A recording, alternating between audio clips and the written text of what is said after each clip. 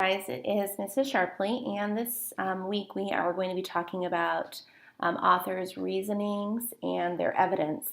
And another way of saying authors' reasonings is the author's purpose. At the top of our page here, it says that authors write with a purpose. The author's purpose means their reason for writing. Authors often try to persuade, inform, or entertain when writing. And so that's something we're going to be looking a little bit into today. Our sheet also says that author's purpose, it says pay attention to the evidence in the text that helps you understand the author's purpose. Be sure you can find evidence. It says an author's purpose is his or her reason for writing a text. Knowing the author's purpose helps you evaluate a text. And evaluate means that you are kind of breaking it apart and looking at it piece by piece and trying to decide what it's saying and what it's meaning. All right, so it says that author's purpose is as easy as, and then it points to a little pie over here. Makes me a little hungry, reminds me a little bit about Thanksgiving, which has already come and gone, but oh well. But what it's saying is that author's purpose, it's as easy as pie. Because we have our P, our I, and our E. And our P stands for persuade.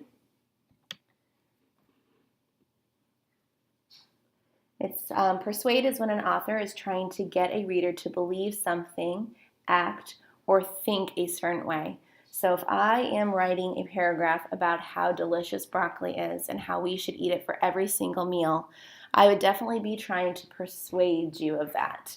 I would be able to give you lots of, reasons and evidence and things to maybe make you feel that way, but at the end of reading my passage, are you really going to believe that?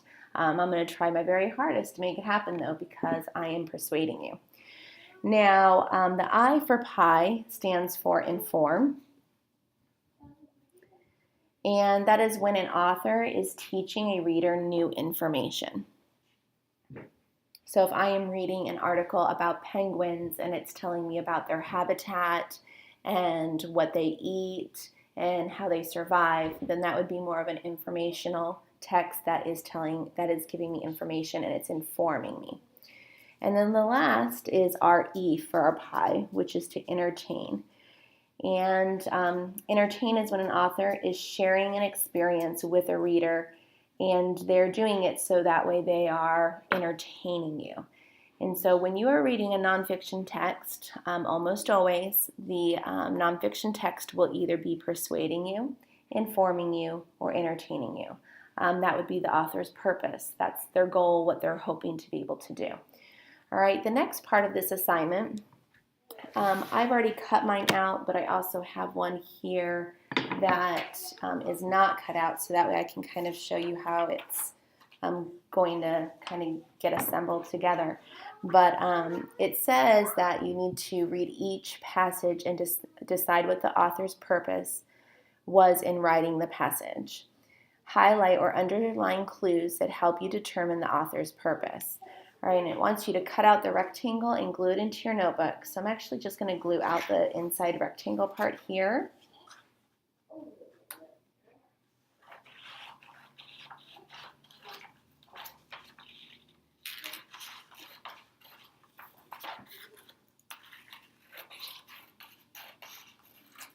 Okay. And then you're going to glue it into your notebook like this. Okay. And then your other piece looks like this, and it actually wants you to cut out the individual pies, but when you do that, you want to make sure to leave these top little tab things on because those are going to help you glue them where they need to be. And if at any point you need to pause and catch up, you may, because I'm only going to cut out one of these, and I've actually cut out the rest, so you might need to. So that is how it gets cut out. Not focusing very well. All right, so this is how it gets cut out. You just want to make sure that it leaves this little tab piece on right here, okay? All right, so I actually have mine. I'm going to kind of show you what they look like at the bottom here. I have my P for persuade, my I for inform, and my E for entertain. So it's wanting us to read these paragraphs and decide whether they are persuading, informing, or entertaining. And as we do that, it wants us to underline words and evidence that would help us in determining what the author's purpose is. So won't just be able to follow along with me here. You're going to have to probably pause and kind of catch up. All right.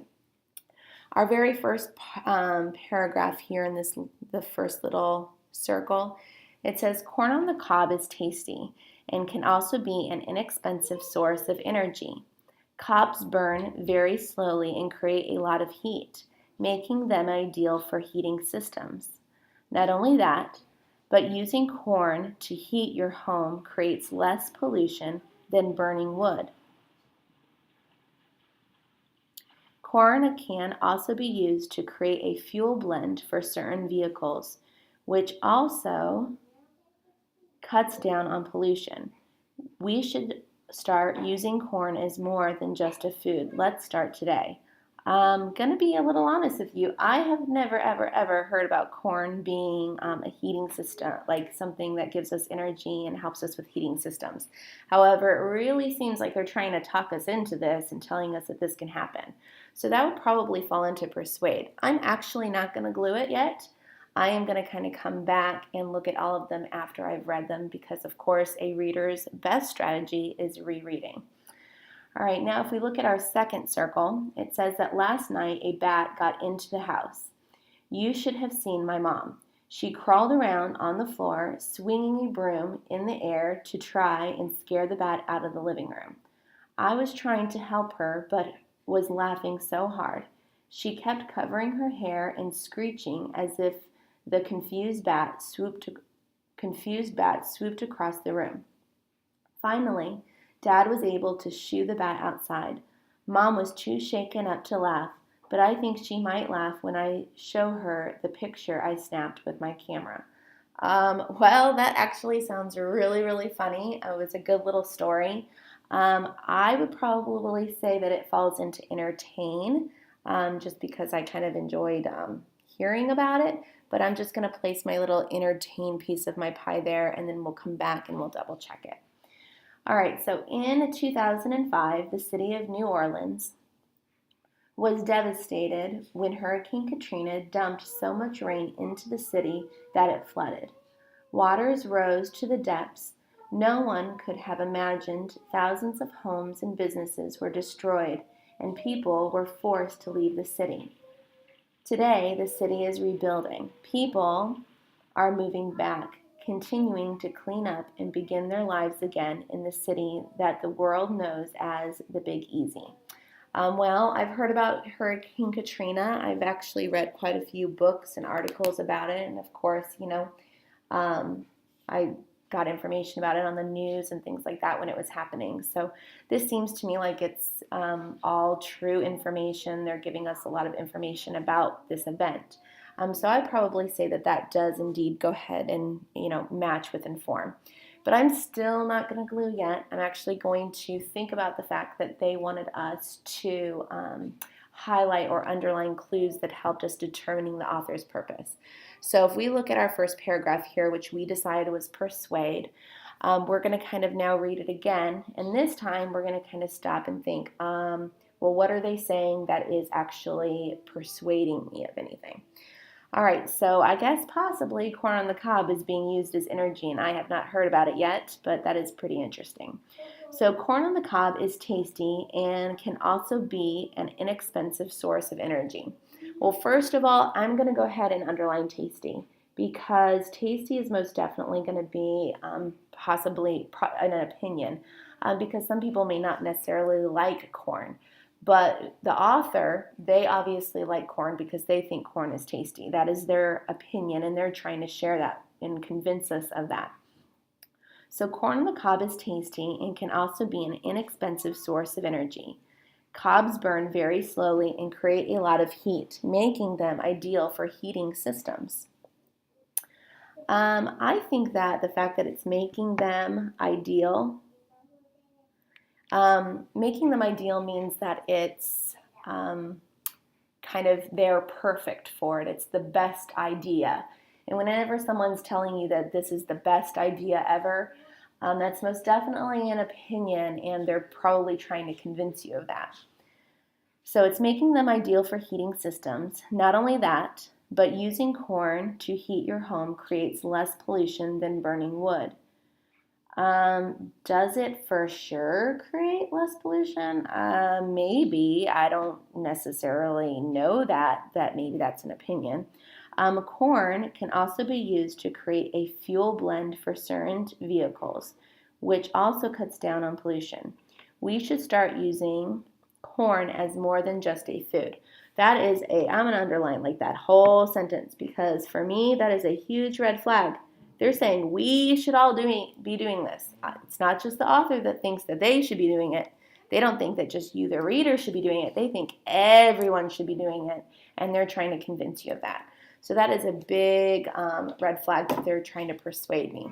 So now, finally, I'm going to take my little pie piece, and this little flap here, I'm going to actually put a little bit of glue at the top there, and I can actually glue it on top, just at the little top piece, so that way my pie flips up, and then that way your teacher can go back and see which words you underlined because you felt like the author was using them to either persuade, inform, or entertain you. All right, so now looking at the second one, it says, last night a bat got into the house. You should have seen my mom. She crawled around on the floor, swinging a broom in the air to try and scare the bat out of the living room. There are a lot of exclamation marks in there. Did everybody see those? There's 1, I've got 2, I have 3. The fact that they have all these exclamation marks, for me, that is a huge red flag that they are telling us something with expression, and possibly they're trying to entertain us. So I'm going to just kind of do a couple exclamation marks there, because for me that's a little bit of a red flag.